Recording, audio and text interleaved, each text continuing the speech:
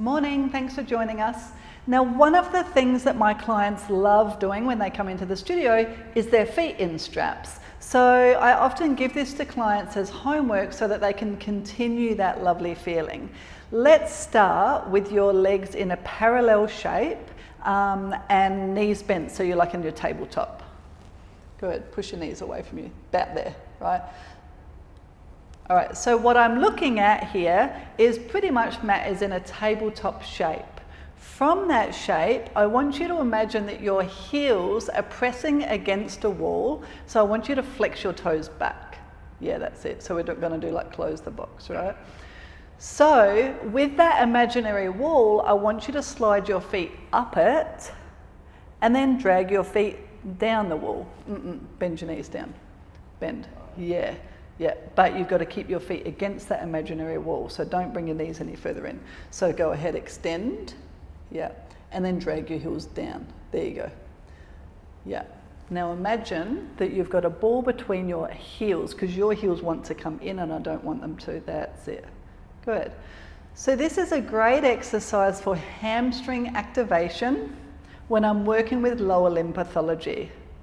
In the studio, when people are starting out with this, I might give them some tools, like I might pop a ball between their feet, and I might be standing at the end here and getting you to drag your heels down the wall and then take your feet back up. I want my client to feel their hamstrings working, so press down into my hands, that's it, and then drag away from my hands. But once they get this concept, it's such a great way for them to continue to practice at home. Our next stage, from there, you're going to push your heels out towards me, fully extend your legs, take your legs up to the ceiling and then bend back down. Good. Beautiful. Hamstring activation, tummy control or pelvic lumbar stability, and hip disassociation on an unstable surface. So the difference between using the foot bar on the reformer and your feet in straps is that one is a stable surface, one is an unstable surface. It's important for our brain to be able to do both. Your next one could be your froggies. So heels together, extend your legs out towards the end, and then bend your knees back in.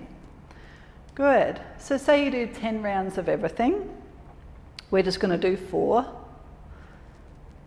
Get full extension of those legs. You're going to go into circles. Press your legs down towards the floor. Separate them around and up. Now, I teach my clients with circles, super important, that I don't mind how big the circle is. You know, that's always the question. How big should I go? You go as big as you can go, that you can maintain stability of your pelvis, stability of your spine, in that you're not rocking all over the place. That's going to be different for each person. So you want to teach your client what the task at hand is. Pelvic lumbar stability, hip disassociation, so your legs are moving independently of the rest of your body. If you give your clients that information, then it's much easier for them to judge when they need to make things a little bit smaller or when they can go a little bit bigger.